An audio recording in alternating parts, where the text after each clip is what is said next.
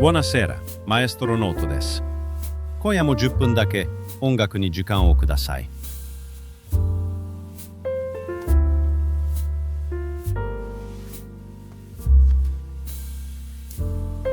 ここロンドンのメイフェア地区ブルック通り25番地はある男が人生の半分を過ごした家です。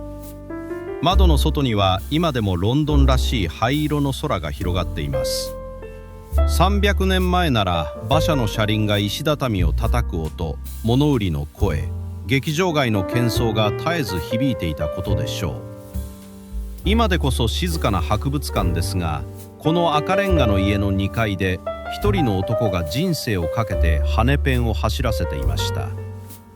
時には借金の重圧に胃を痛め、時には病に倒れながら。しかし彼がこの部屋で生み出した音楽はやがてイギリス国王を立ち上がらせ、300年後の今も世界中で歌い継がれています。ゲオルク・フリードリヒ・ヘンデル。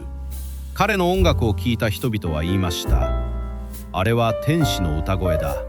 王様でさえ思わず立ち上がった。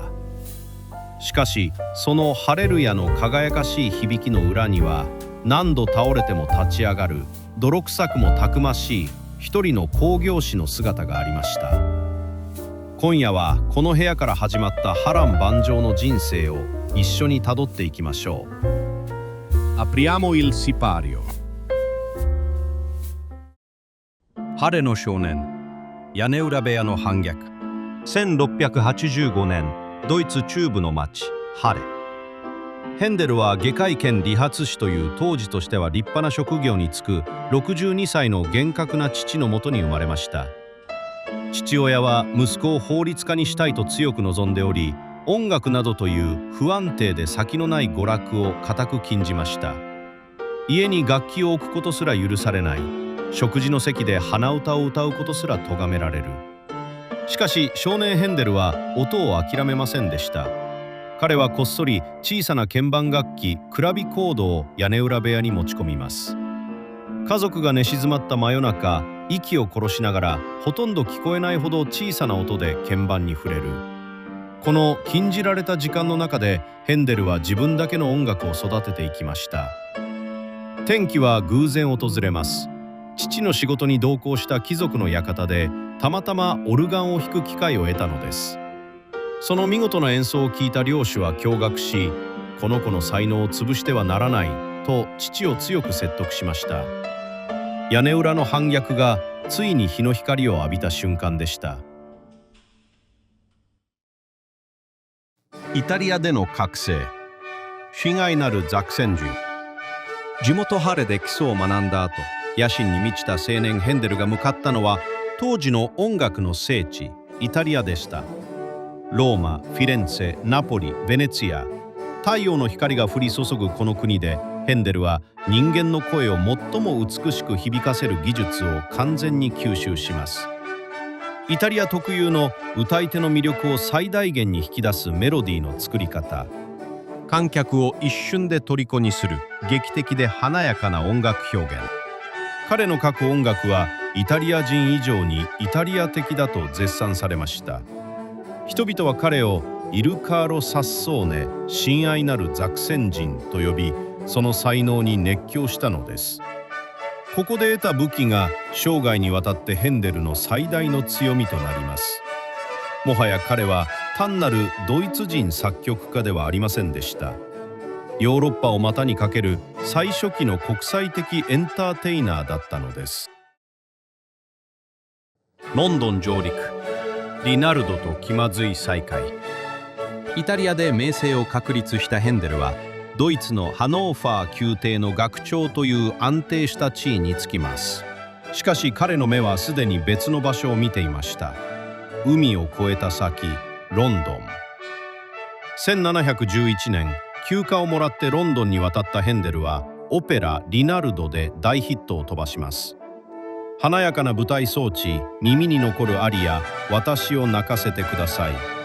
ロンドンの聴衆は一夜にしてこの見知らぬドイツ人作曲家の虜になりました。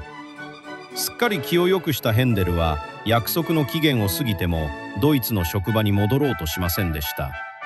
ところが運命は皮肉なものです。1714年、なんと彼の上司であったハノーファーの選定公がイギリス国王ジョージ一世として即位することになったのです。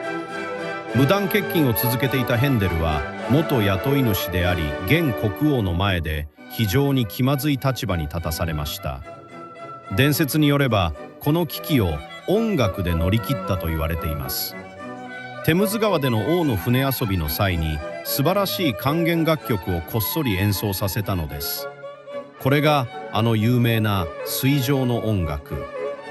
夜の川面に反射するランプの光の上をヘンデルの音楽がかき分けるように広がっていく。音は時に言い訳よりも雄弁でした。興行師ヘンデル、栄光と破綻の間で。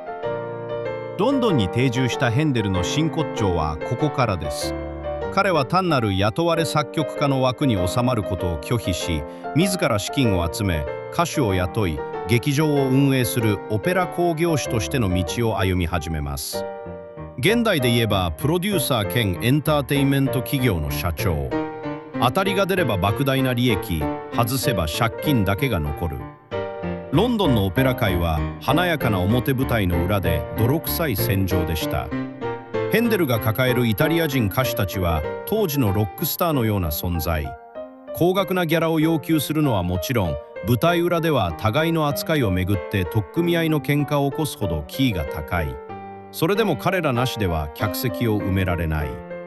さらにライバル劇場が対抗オペラ団を立ち上げ、同じ夜に同じ街で公演を打つという熾烈な客引き合戦まで始まります。ヘンデルの財政はじわじわと追い詰められていきました。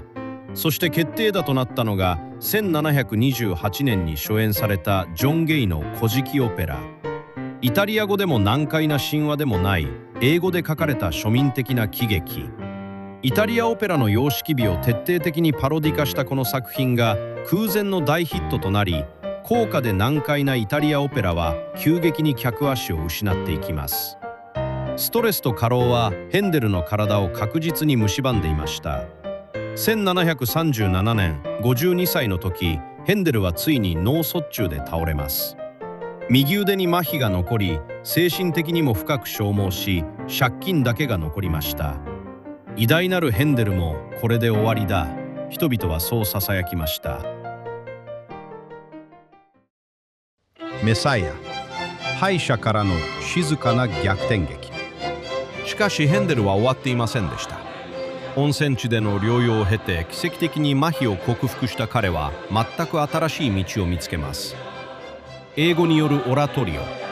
高価な衣装も豪華な舞台装置もわがままなイタリア人歌手も必要ない。聖書を題材にし合唱を主体としたコンサート形式の音楽。コストは低く英語なので観客は物語を理解できる。ヘンデルは作曲家であると同時に冷静なプロデューサーでもあったのです。1741年、一通の手紙がこのブルック通りの家に届きます。アイルランド・ダブリンでの事前演奏会の依頼。そこに添えられていたのはキリストの生涯を描いた台本でした。ヘンデルはそれを一気に音にします。この2階の部屋にこもり、寝食を忘れて作曲に没頭し、わずか24日間で書き上げられた大作「メサイア」。初演は大成功。後のロンドン公演では「ハレルヤ」のコーラスが響き渡った瞬間、感動のあまり国王ジョージ2世が思わず立ち上がり、観客全員がそれに倣って起立したという伝説が生まれました。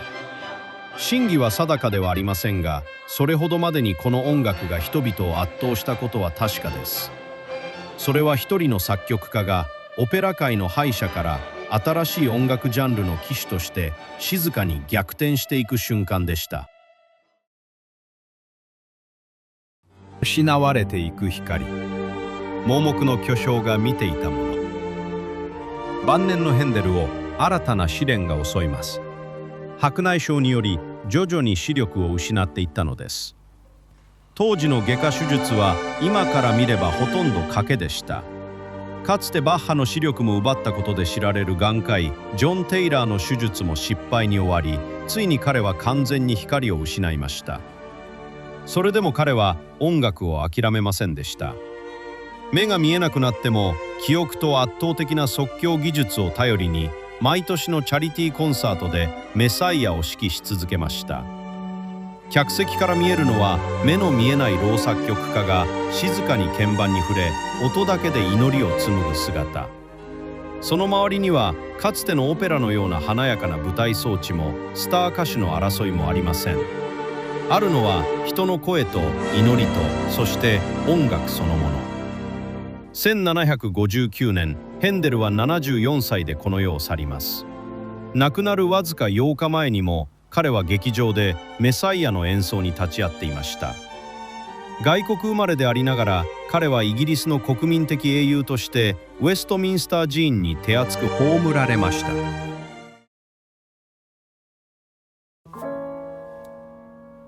神に仕えた作曲家、宮廷に仕えた作曲家。